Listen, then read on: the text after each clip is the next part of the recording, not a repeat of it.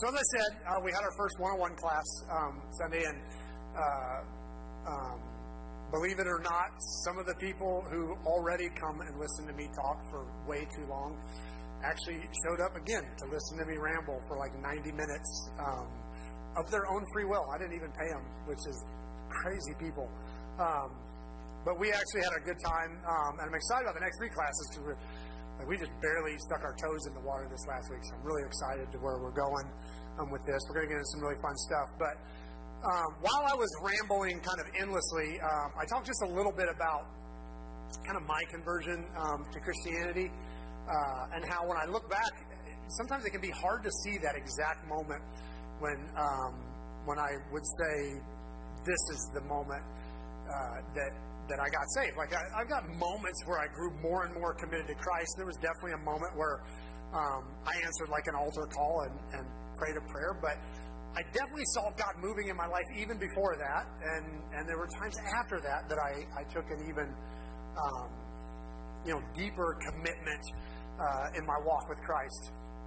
And so I have a hard time looking back and going, this is the exact moment I got saved. To me, it feels like a journey. It feels like a process that started crazy early and then just continues to grow deeper and deeper and deeper. And that can make some people uncomfortable because of some of the metaphors we use to talk about it. Born again, like that speaks of an exact specific moment, or passing from darkness to light. Like we have these metaphors that make it feel like it happens in the exact moment. For some people, it absolutely does. But for others, it feels like a journey, and that can make it hard to talk about sometimes. And I certainly don't have a problem with the single moment thing. I answered an altar call, ran to the front, prayed the prayer they told me to pray, and did all that. So I'm very familiar with that process. But I can, like I say, look back and see moments before that where I know for a fact God was already at work in my life. And it was only, later that I realized it. At the time, it just felt normal. I look back later, like, oh my gosh, God was totally functioning in my life, even before I got saved, if you want to call that. So a lot of times there's this process we look back on that's kind of hard to articulate. But for instance, like one of the most like God moments in my life was this totally bizarre. Like if you wouldn't think of it as a God moment. I grew up a thief, actually. Used to shoplift a lot. I had like a racket at school where people would bring me a shopping list, and I'd say, yeah, I can get you that for about $25, and they would be like, all right. So I'd go in and I had a whole routine. I'd hit Kmart. Anybody remember Kmart? Kmart was what we had in our town. So I'd hit Kmart, and I would run through and just get my whole shopping list, go back and swap it for $25. Music was my big one. I'm pretty sure you guys remember cassette tapes. Millennials, cassette tapes were these things that it was about the size of a phone, and we could get like 60 minutes of music on that sucker. It was amazing.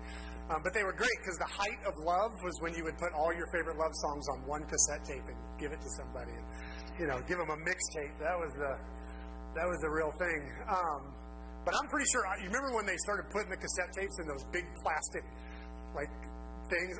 I think I might have been responsible for that because I would take so much music, and then that was in the height of my like shoplifting days when I switched over to that, and I was like, ooh, they're on to me. But yeah, so I had this whole thing. Well, I had gotten myself into a jam in my life, and like any good Catholic, I went to God to negotiate a way out.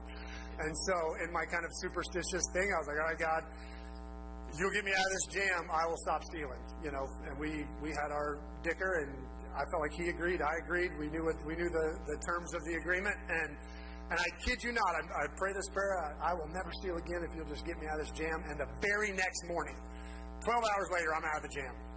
And I was like, ooh, okay, I got to keep my part. And so I stopped stealing, and I did. And it really hurt my bank account, but I gave it up. And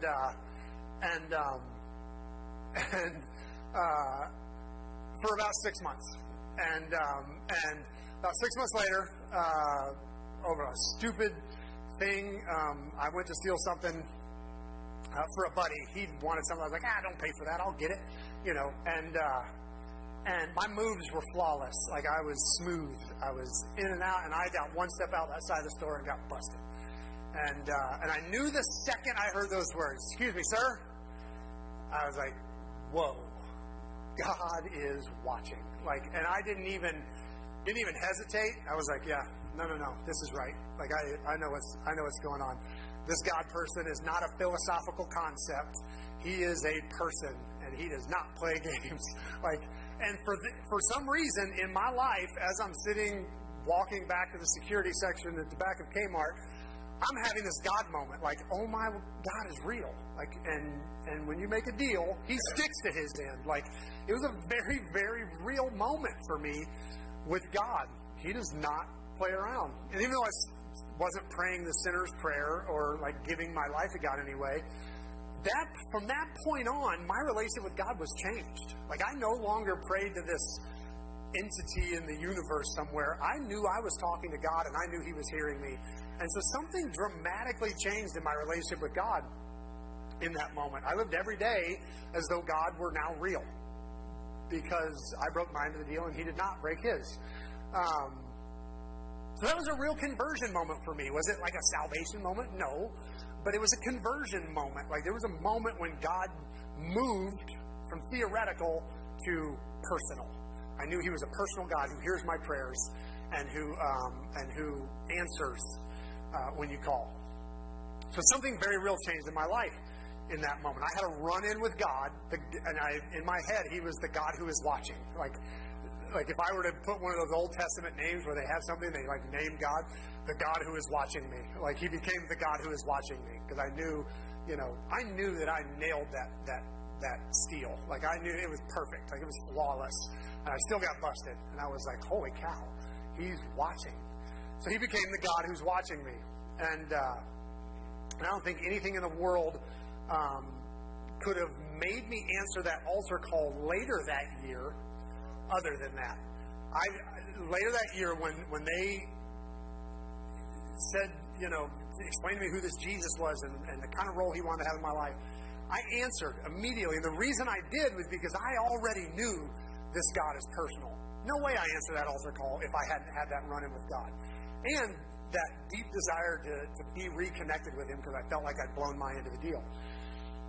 So for years, I had a hard time nailing down the exact moment I got saved, per se. When I think of the metaphor of birth and light breaking through darkness, I didn't have that exact experiences. Mine felt like a journey. And honestly, I've gotten to better identifying specific moments when Jesus kind of stepped into my life in kind of a new and interesting way. But I've grown very confident in my salvation, for sure. And I've learned to kind of own the entire process and embrace the entire journey toward God. And for the next 4 weeks, we're going to be working through a book that's very similar to that. We're going to study through the book of Ruth in the Old Testament as both kind of a historical book, because there's some fun history for the time in there, but also as this kind of allegorical book of the way the journey to salvation often works. According to Jewish rabbis, this is a prophetic book.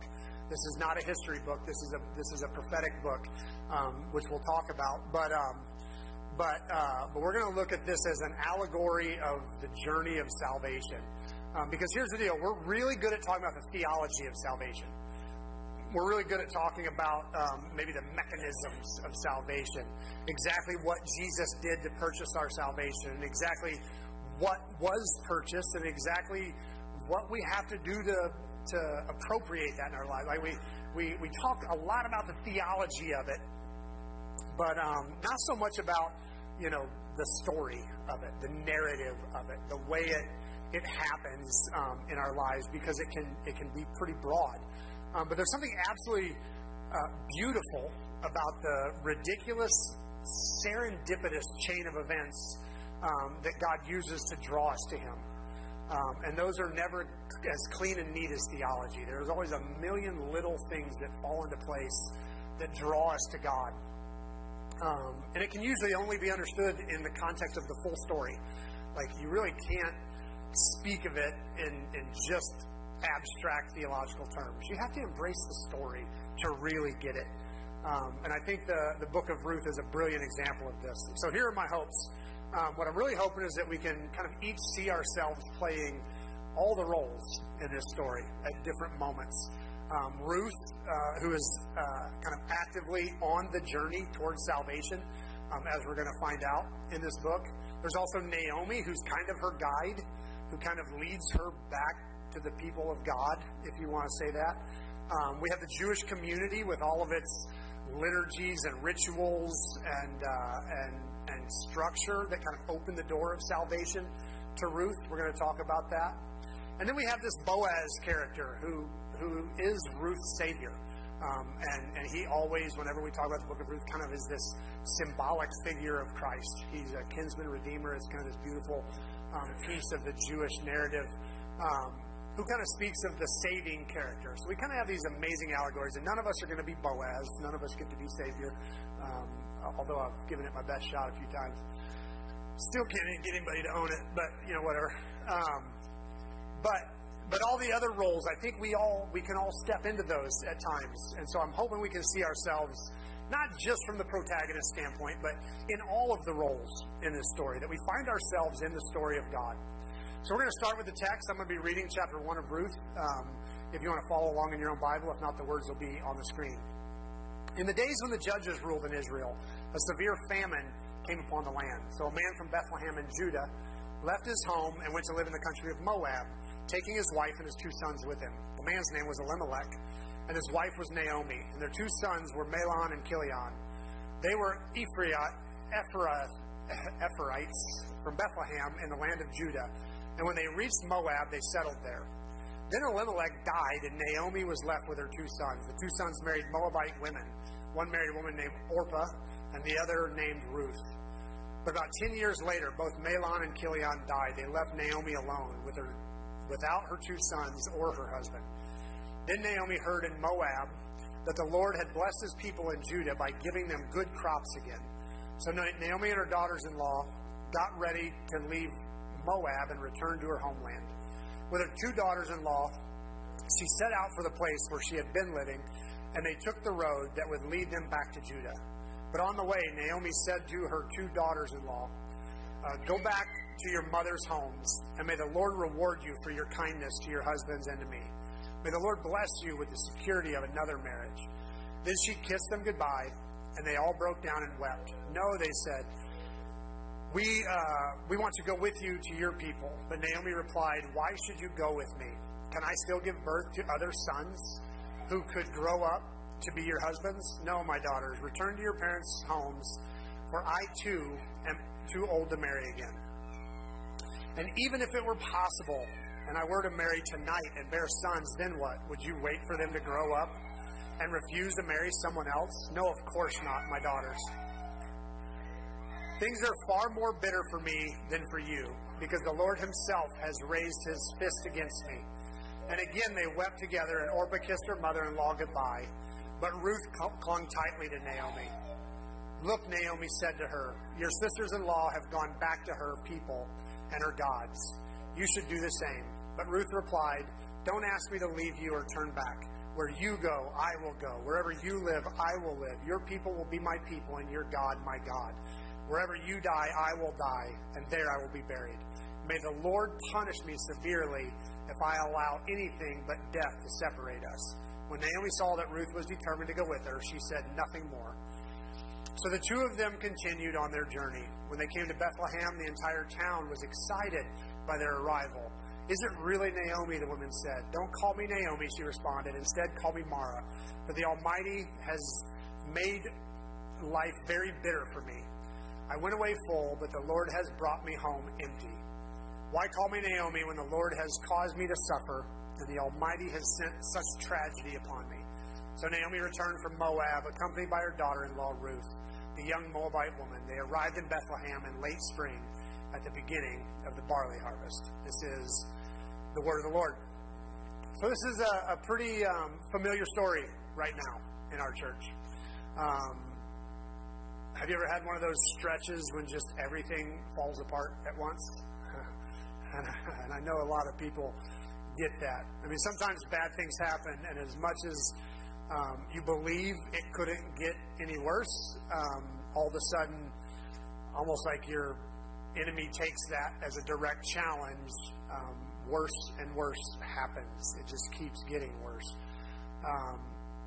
And if you've experienced this, and obviously I'm speaking a little bit tongue-in-cheek because I know that many in our church are going through this, but if you've ever experienced that, this chapter feels very familiar. This chapter feels like something akin to real life. So let's walk through this. First, you don't leave your home and move to a foreign country where you are an immigrant if things aren't very, very bad. So obviously the story starts out bad. Things are not good for Elimelech and Naomi and their sons. For them to have to uproot from their home and travel to another land and be kind of the looked down upon in that land just so you can live. The story starts off rough. I mean, Elimelech lives in the promised land. He lives in the land that was promised to Abraham, Isaac, and Jacob, and claimed through Joshua, and he lives in the place they had dreamed of, and he has to leave. Things are so bad, he has to leave. He has his people. He has Torah, which we're going to learn about in the next few weeks. He has the kind of structures that Torah created that were good. But things get bad for him and his family, and they have to leave. So they pack up, they move to a neighboring nation, and Elimelech and Naomi become immigrants in the land of Moab, which means things had to have been pretty rough. And then on top of that, not long after they move there, Elimelech dies, leaving Naomi alone with her two sons. She's now a widow.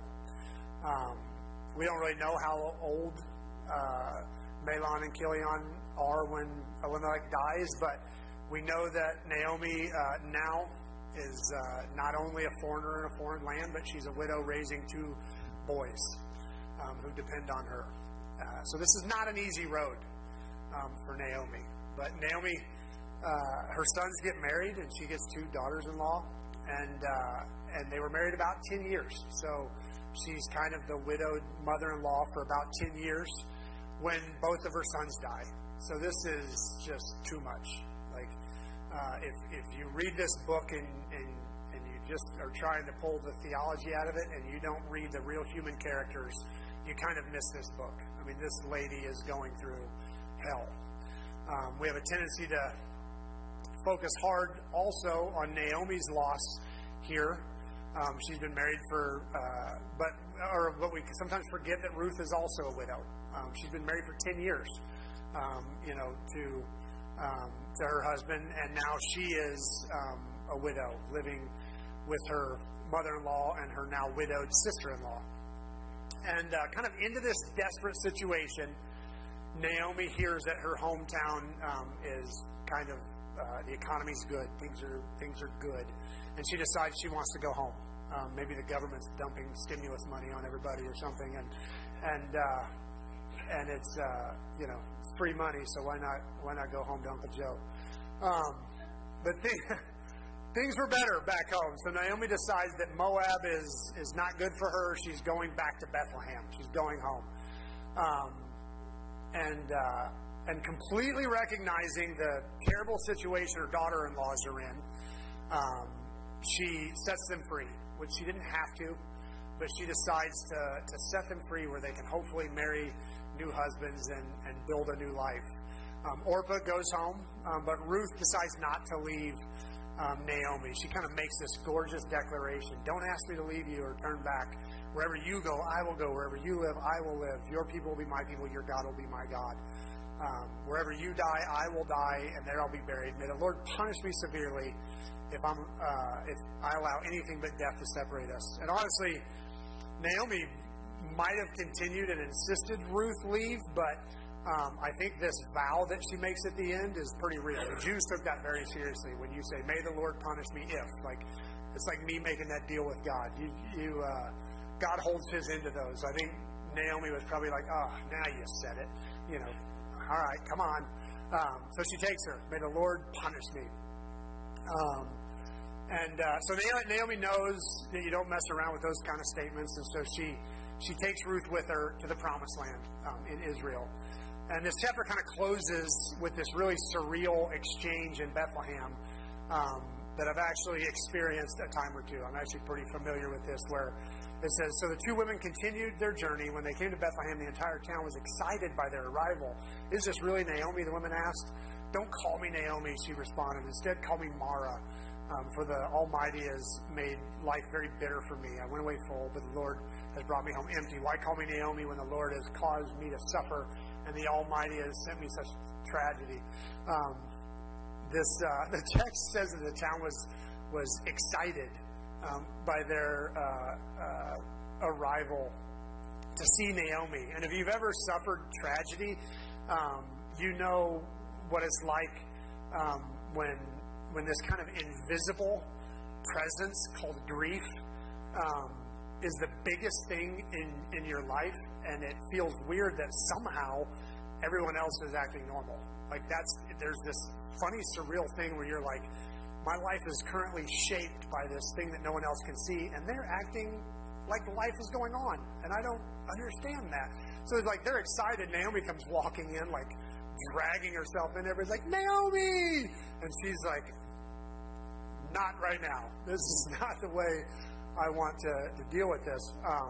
They just continue with their lives, experiencing it as often. And it's kind of weird because sometimes that can be like offensive to you. Like you're like that people are just going on with their lives and acting normal. And Naomi does what many of us have done. She lashes out and she's like, don't call me Naomi.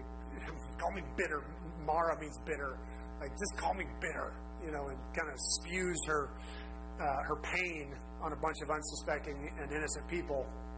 As I've experienced, I've been on both sides of that. I've been the one spewing the pain. I had a moment. I'm going to say this the way I said it, so I'm sorry. I went to me and Esther's life was falling apart, and so I went to this men's group at the church we were at the time, and they were reading this book. It was one of the Wild at Heart type books, and everybody's talking about the names people give you and that you don't have to wear those names. Maybe your dad called you lazy, or maybe your wife calls you, and how you don't have to live under those names. And it's this really encouraging environment, and everybody's, like, it's like a support group thing. Like, my dad always said this, and I'm realizing that I don't have to be that anymore. And everybody's really encouraging each other, and we're sitting in a circle, and it's a pretty big circle, a lot of guys, and it's just really thick, rich, syrupy, encouraging atmosphere. It gets around to me, and I'm just kind of sitting there, and I was like, oh man, it's going to get recorded. I'm going to be authentic with you, though. I was like, so what happens when everybody thinks you're awesome, but you know you're an asshole? And it's dead silence in the room for like 2 minutes. Like nobody can think of anything to say. Finally, the pastor, who's there, goes, so moving on. That's how we got out of it. There was like literally no, and I felt like Naomi, like, don't call me Naomi, call me bitter. Like it was just all of my pain just dumped it on a room full of people that were completely like they're just loving on each other and encouraging each other, and I'm just like, bleh, just vomited my pain on them, which is what's happening in this story. Like Naomi's hurting. And everybody's like, oh, we're so glad you're home. And bleh, just, vomits all of her pain on them. And some of us have had that happen to us, and we're like, gee, touchy. Yeah, don't do that. Like, people need space to hurt. They need space to lose it every once in a while when they're in pain, and we have to give them the space to do that. So by the end of this chapter, Naomi and Ruth are back in Israel at the time of the harvest. It's spring. It is the time of the barley harvest. Now, what I'd like to do here is, as we look at this story, is first set up the setting just a little bit, both historically and the kind of the literary setting. So we're going to do a little bit of nerd work, and then I'd like to see if we can kind of parallel this first chapter and hopefully eventually this entire book with the journey of salvation that many of us are familiar with. And hopefully as we unpack this story, we'll find ourselves in the story of God. But this book opens with this very loaded statement. In the days when the judges ruled in Israel. There's a lot actually in that funny little statement. This opening tells us some very important information about the whole narrative. First, it sets the approximate date of the story, so we kind of know when the story happens now, which actually there's a genealogy at the end that would have kind of placed it for us anyway. But the bigger thing, the more important thing, is this tells us that this story is being recorded quite a while later. This is not a journal. This is not somebody journaling what happened in their life. You don't say, back in the days when the judges ruled, if you're still in the days when the judges ruled. So this is, it'd be like us. Back when America was a free nation, hold on, what did you say? It means something dramatically has now changed. So this is clearly written after the judges no longer rule. So this is written maybe in the days of David, because David is actually mentioned at the end of the story. Or maybe some Jewish scholars even believe it was probably written in the Babylonian captivity, or rewritten. They took a story and they rewrote it clean, something everybody was familiar with, and they rewrote it with some things at the beginning and the end. So to say back when the judges ruled means this is after that. So this is the retelling of a story for a particular reason. This is not just writing clean history as it's happening. This is looking back on something and telling it for a reason. And this is important because several weeks ago I kind of explained the way the Jewish Bible was originally composed. That they don't call it the Old Testament. Jews don't, because they don't have a New Testament. So they just call it the Bible, or the real word they use is the Tanakh. They call it the Tanakh, which is an acronym for Torah, Nevi'im, and Ketuvim.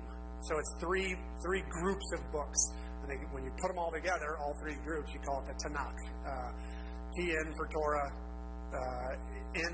NM or NA, NV, something like that. And then KM for Ketuvim. And Ruth, ironically, is in the Nevi'im, in the prophetic books. So Jews consider Ruth a prophetic book, not a historical book. Some of their just plain histories are actually in the Ketuvim, in the writings. The word Ketuvim means writings. The Nevi'im is the prophets. And Ruth is in the prophetic books. It's actually not considered a history. We read it like it's history. The Jewish readers would read it like it's prophecy, like it was a prophetic book.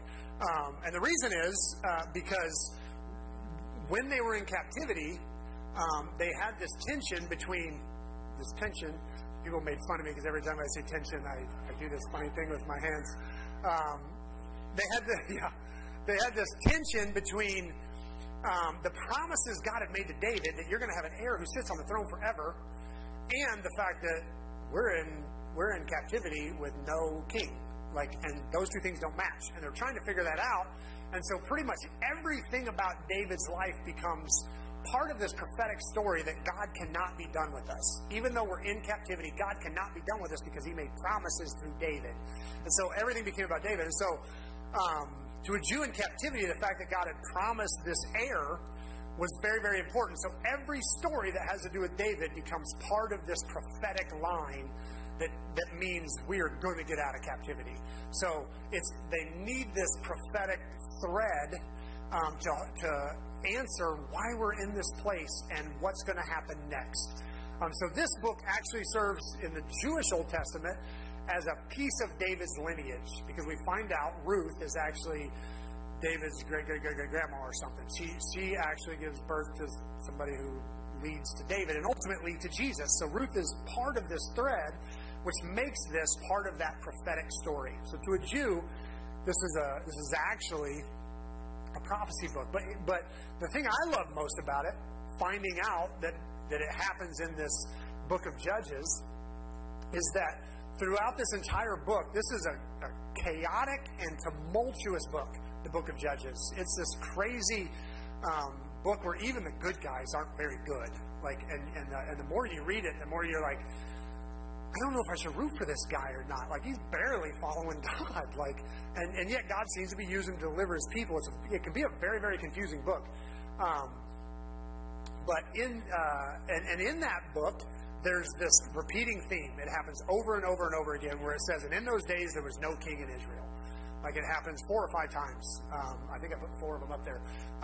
Where they would tell some stories, and then it would go, and in those days there was no king in Israel. Almost like the book of Judges, because the book of Judges is also in the Ketuvim. It's also, or the Nevi'im. It's also considered prophecy, because it's telling the story of what it was like before David. What it was like before there was a king, before there was an heir to David's throne.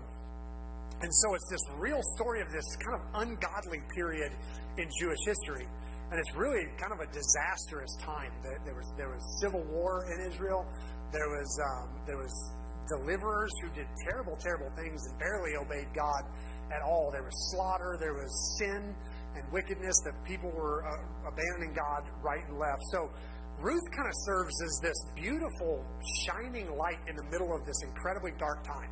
To find out that this book of Ruth happens in the middle of this really dark book called Judges is kind of beautiful. And I love so much when I read it, because in Judges you move from kind of one big personality to another, just from judge to judge to judge. And there are these kind of larger than life characters sometimes who do these crazy things. Gideon and killing, 30,000 enemies with like 300 men, and just crazy big moments. And then Gideon makes a gold statue to himself, and you're terrible, not a great role model, but delivers God's people. And so it's this really weird dark book that kind of plays out like one of those mature rated HBO series.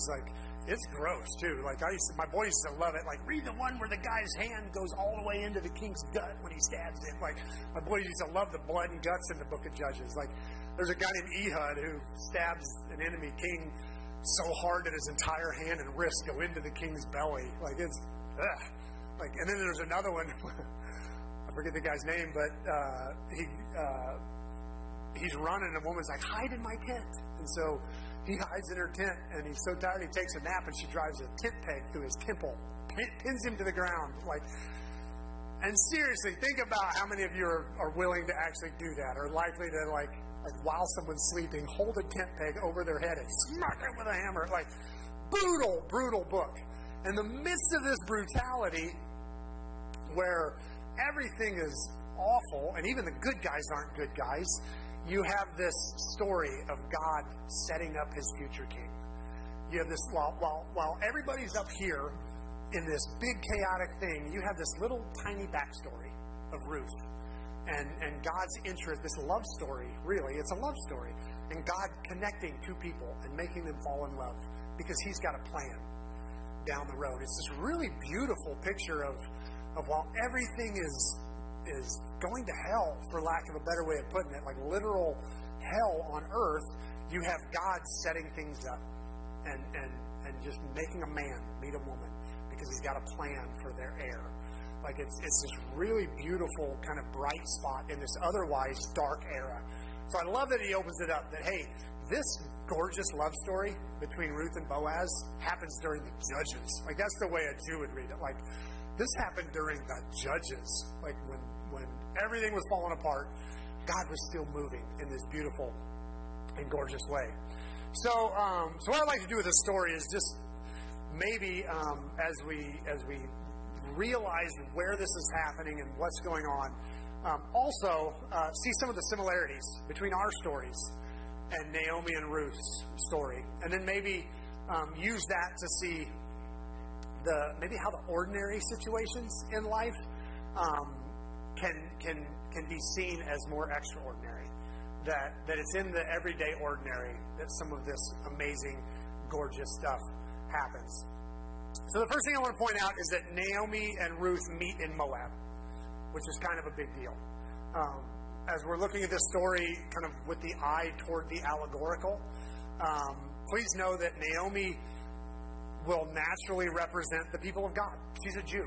She's one of the people of God. She is one of the people that the Torah was given to, the promises were given to. She is on the inside, if you want to call that. She's an heir of Abraham and the covenant that God made with Moses and his people. Naomi's one of those. She's on the inside. Ruth will naturally represent the unsaved. She's a Gentile. She's not a Jew. She's on the outside, as things were back then. She's a Moabite. other than what she picked up from her husband and from Naomi for 10 years. She knows nothing about the God of Israel. She knows nothing about Torah. She's the outsider. She's your coworker who doesn't know Jesus. She's your neighbor who doesn't go to church anywhere. She's the family member who walked away from God completely and anything that resembles the church institution. Like that's Ruth in the story. And in this story, these two women fall in love with each other. Like they form a relationship, a bond between them. Not in Israel, not in the house of God, not in church, but in Moab.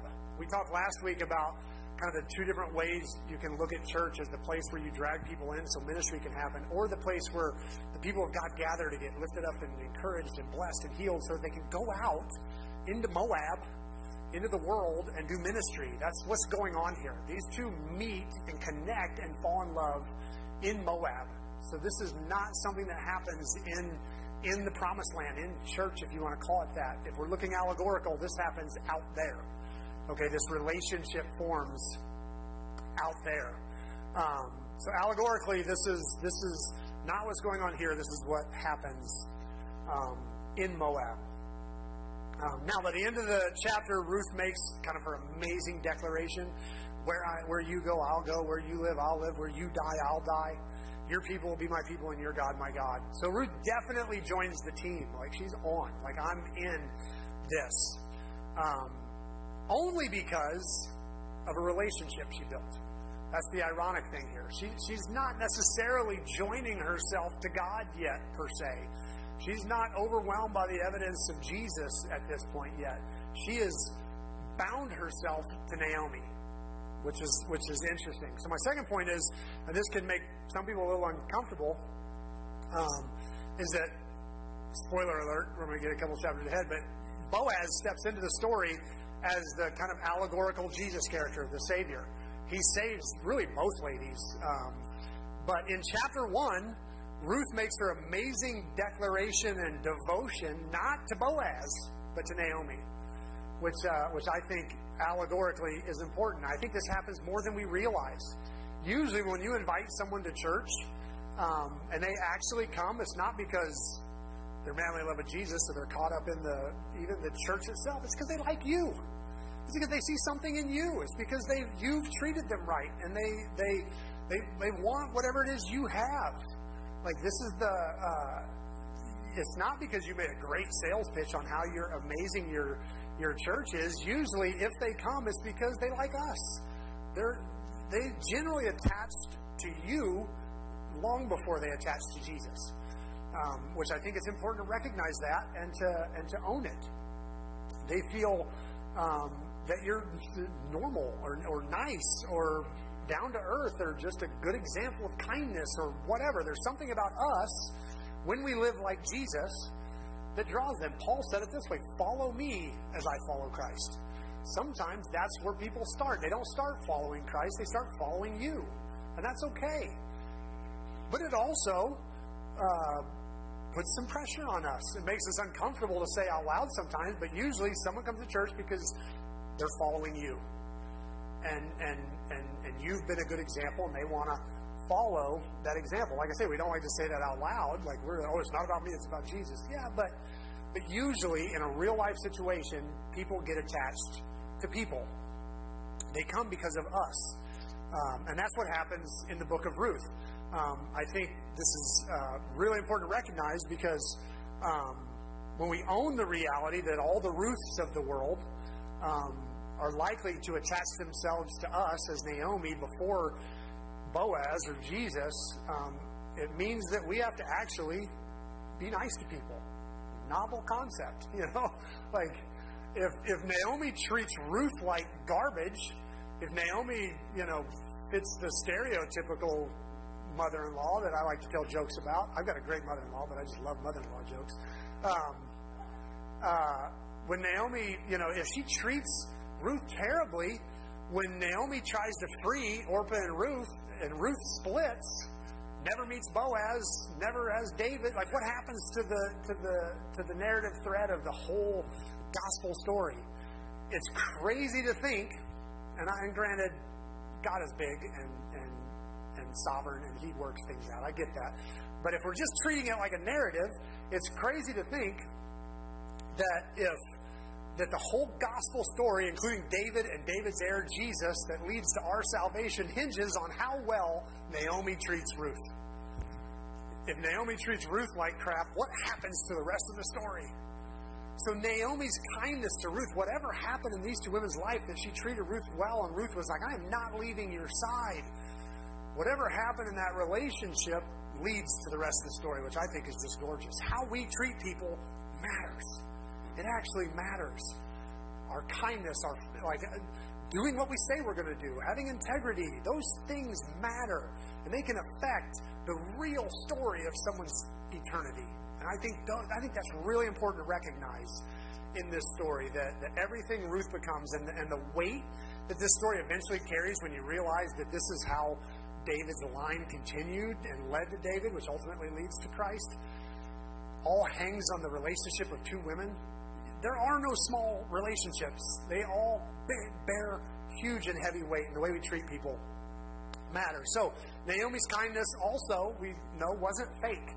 This wasn't just, Naomi kind of leveraging, I'm stuck with this person, I have to be kind. She's actually looking out for Ruth's best interest. When she finds out there's food, she knows she's going to go back a widow, and she's going to live on, widows' kind of rations or whatever. So she wants to set Naomi free, or Ruth free. She wants to do what's best for Ruth. She's actually looking out for Ruth's best interest. It's not self-pity. It's not a ploy. Naomi is actually looking out for her daughters-in-law. Obviously, Naomi's life is going to be harder without them. I mean, she'd have it easier with them, which we do find out when they get back to Israel. It's easier having Ruth there. But if we want to treat this allegorically, and we're seeing ourselves as the Naomi character, when we go out into our workplaces, we go out into the world, we go out into Moab, and we want to be like Naomi, we have to actually care about people. We don't just leverage them to try and get them to come to church. They're not just a number. Hey, I got another person invited to church. We're going to grow this place. Like, no. We have to actually care about them. We have to actually want what's best for them. We only invite them to church if we truly feel like our church is going to be good for them. And that, Naomi's like, hey, I understand I could really use you in my life right now, but I want you to have a good life. Like, go. Maybe you can find another husband. She wants what's best for Ruth. And I'm telling you, if you meet somebody at work and you're like, probably not going to fit at our church, but maybe they'll fit at this church, send them to that church. We don't just need to add people. We need people to be blessed, and we need to love them and do what's best for them. So the people in our lives are real humans. We have to engage them at that level. We shouldn't just leverage our connection with them at work to invite more people to church. No, we need to be in real relationship with them, really loving them, and really wanting what's best for them. The only reason we should invite somebody is if we honestly believe 100% it's going to be good for them and that they need it. That's when we invite them, and that's the only reason we invite them. And in this chapter, Naomi is only thinking about Ruth and what's good for Ruth's future and Ruth's story. And I think we have to have that as we engage people. And Ruth can sense that genuine love because she does not want to leave it. She's like, where you go, I'm going to go. Where you die, I'm going to die. Like, I am connected to you. And it's beautiful. And what makes me wonder is how on earth did these two women get this close? And I think the answer is fairly obvious because it was tragedy. They went through tragedy together. And I think that bonds us. Ruth lost a husband and a brother-in-law and a father-in-law. Naomi lost a husband and two sons. These two women went through hell together. And if you've ever gone through that with somebody, it's amazing the bonds that are forged there. And obviously, when it's absolutely acute trauma, like Naomi and Ruth go through here, like so many people in our church have gone through recently, you don't really get to pick your trauma partners. You grab whoever's standing there, and you don't let go. You just hang on. And as we look at Naomi's life as kind of an example on our own, I think we can extract two things. First, don't be afraid to share your pain.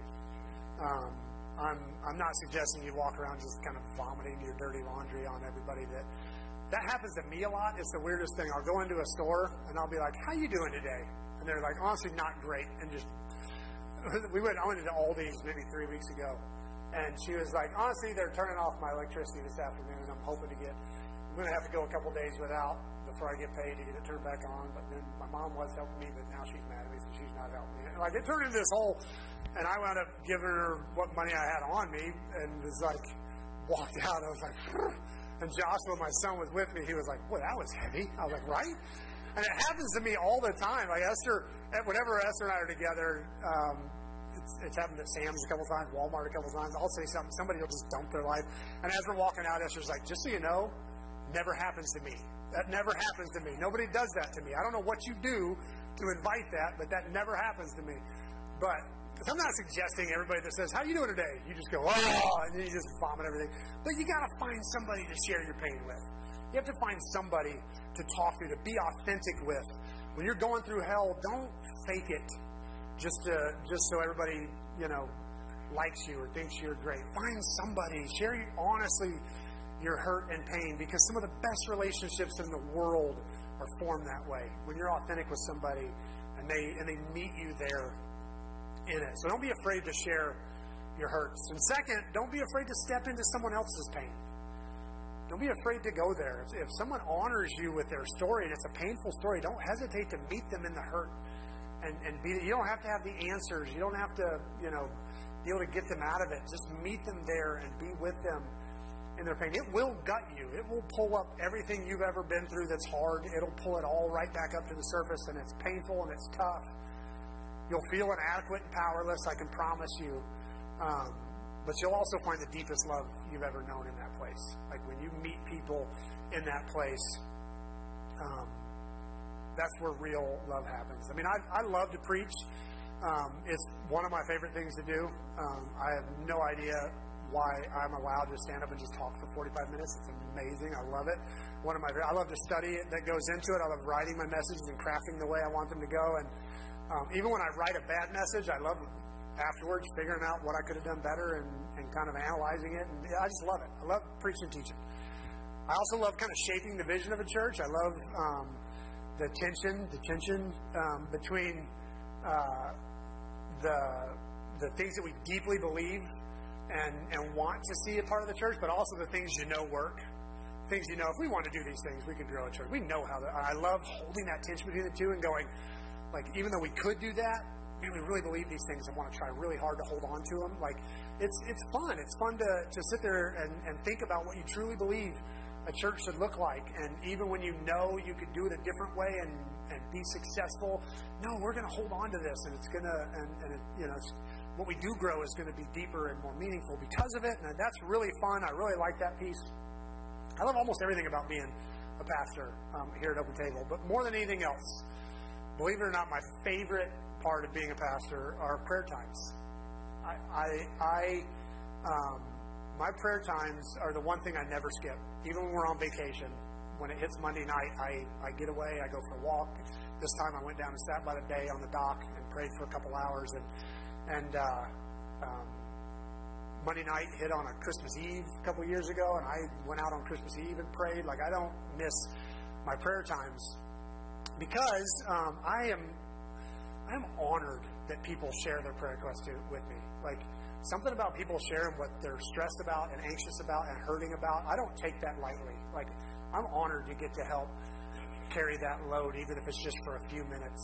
And one of the reasons I'm moving to Tuesdays and Thursday mornings because I want to do it twice, and I don't have any more evenings to give, so I'm moving it to early morning. I'm not a morning person, although I've been having no trouble getting up at 5. It's like I wake up excited to go pray, which is weird.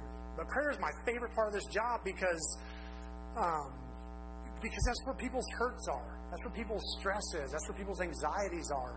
And I can't tell you how close I feel to you when I'm praying for you. It's the weirdest thing. A lot of times I'll text somebody afterwards because I feel incredibly connected to people when and it's heavy because people text some heavy things like, And sometimes all I can send back is, ugh, I will pray. Like, I wish I could say more. I wish I had an answer. That is heavy. But I'm honored, as heavy as that is, to get to do that. And it seems crazy, but it's what makes me feel connected to my people, is to carry some of their burden. And I never take it lightly when I get to do that. When you're willing to step into another person's pain with them, even when you don't have the answers, even when there's nothing you can do other than pray for them, real relationship is formed in that space. When you're willing to go there, it cuts through a lot of the BS that we tend to hold up between one another. When you go to where somebody's really hurting, so don't be afraid to enter your coworker's mess when they're going through something. Don't do the thing where you're like, ooh, somebody needs a minute. No, step into that with them. Follow their energy. Like, what's going on? What? Tell me, what's happening? Can I pray for you? Can I do anything? Like, step into their pain. Don't be afraid to meet your neighbor right where they're hurting and talk to them. Don't be afraid to go deep with your kid's best friend when they need someone to talk to. I think the moments that are created there are bonds that can affect the entire gospel narrative. I mean, Naomi and Ruth meet each other in pain, and it forms this bond that is so tight they won't be separated. And I think that's important. So how do we respond to this? As we go deeper into this story, we're going to find Ruth participating in and benefiting from all of the liturgies and rituals and practices of the people of God, and eventually meeting her Savior. And the thing I love about this chapter is that it happens out there. She does come in. She does come back. By the end of the chapter, she's with the people of God, and she's part of all that liturgy. We're going to get into that next week, what the kinds of things that were in place to take care of them, and why it was so important to be back in Israel. We're going to talk about that next week. But I love that this part of it happens out there. And I think all of us need that, to remember that a lot of the ministry doesn't happen in this room. It happens out there, and the way we treat people out there, and the relationships we form out there, and the people we meet and bless and love on out there is important.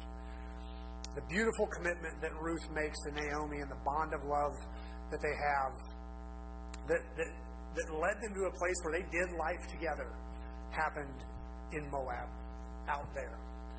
We talked last week about that list from Ephesians 4, humility, gentleness, patience, grace, peace. And we talked about this list in the context of maintaining unity in the church. But please know that these virtues are also essential in dealing with non-believers.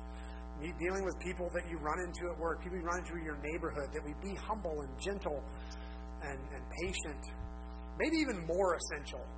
I mean, please don't buy into the current mindset that the other is the enemy. Don't, like, right now our world is so polarizing, and it's dragging us into this, divided way of not just living, because we are divided by so many things right now, but looking at the other person like they're the bad guy.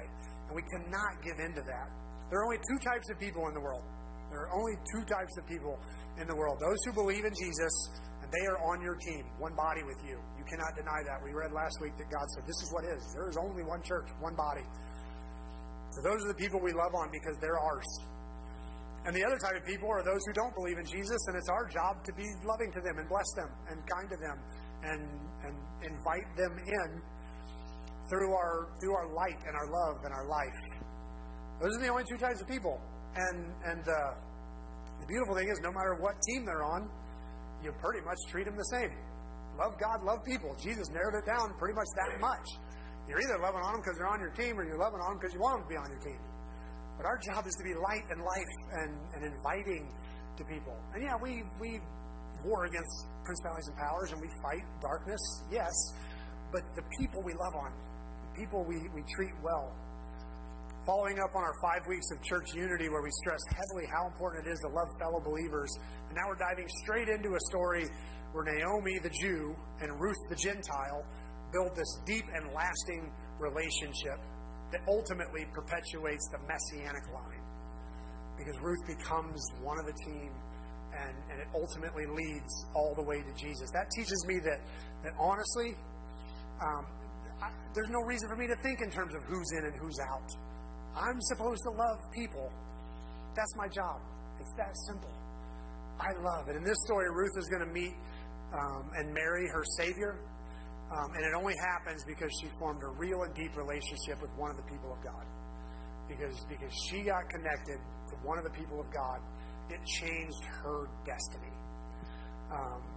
No gimmicks, no bait and switch, no strategic evangelism. No, this is just two people doing life together and having a relationship together, just real human friendship. And so I pray that the Holy Spirit would empower us to do the same. Let's go to the table.